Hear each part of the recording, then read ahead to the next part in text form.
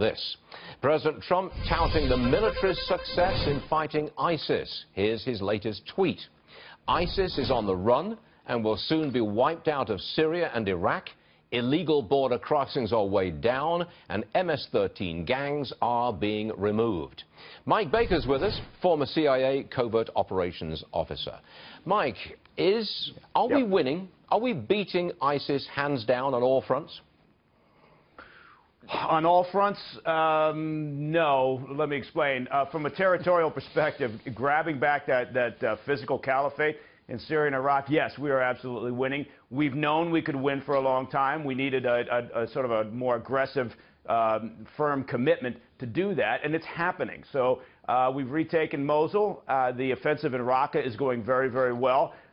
They are scattering to the four winds, and that is part of the problem. So they've been moving for some time now. ISIS, doesn't operate in a bubble. They understand what's happening. And so they've known that they're on the losing side here in terms of this turf battle in Syria and Iraq. So they've been shifting their resources, their personnel. They've been going to Libya and elsewhere. And at the same time, you have to ask yourself, are we winning sort of globally? And the answer to that is not yet. And by that I mean the ideological battle against jihad, against Muslim extremism. And we see that in terms of all these various attacks around the world. Has he turned the tide?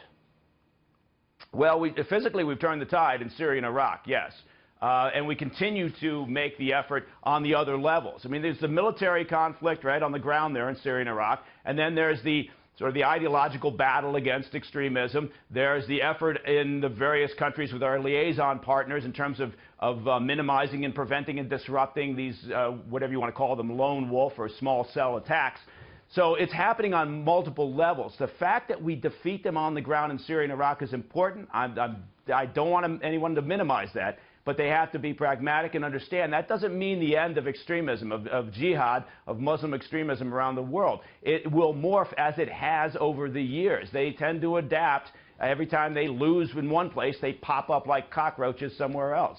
You could say that Iraq won in Mosul, or the Iranians had a big influence in winning in Mosul. But if you look at the actual city, Mosul, it's a wreck. I mean, it's just ruins. Yeah. That's some victory, is it? And who's going to rebuild this? Are we going to be called upon to rebuild it?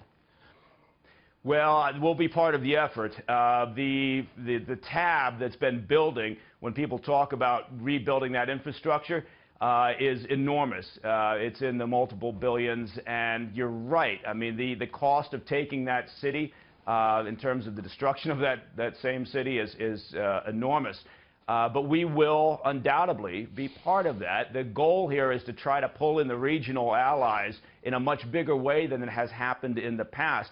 And also, look, Iran is not going to back out of Iraq. Just because we defeat ISIS, we've still got some of these same issues. Iran has more influence in Iraq than they've had in ages. They've got more influence in the Middle East than they've had in modern times, basically. So we've still got a variety of issues. Again, not to minimize the importance of destroying ISIS on the ground in those two countries. The mainstream media is focused on Russia, Russia, Russia. Is this a way of I mean, what you're seeing is there any there in all this Russia, Russia, Russia stuff?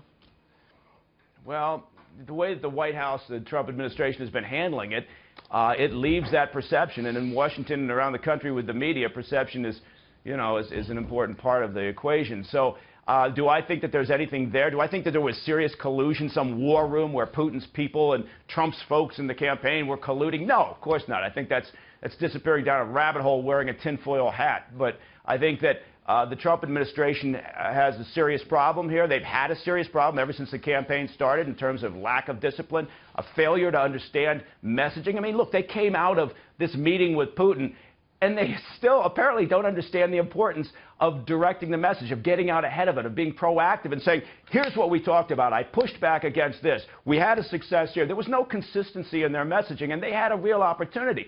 That tells me that they don't seem to be learning how this works, and that's a problem. I'm afraid the Wall Street Journal used the expression Keystone Cops to describe what's going on earlier this morning. Sounds like you might be in agreement there. Mike Baker, thanks for joining us this morning. Oh, I do appreciate it. Thank you, Stuart.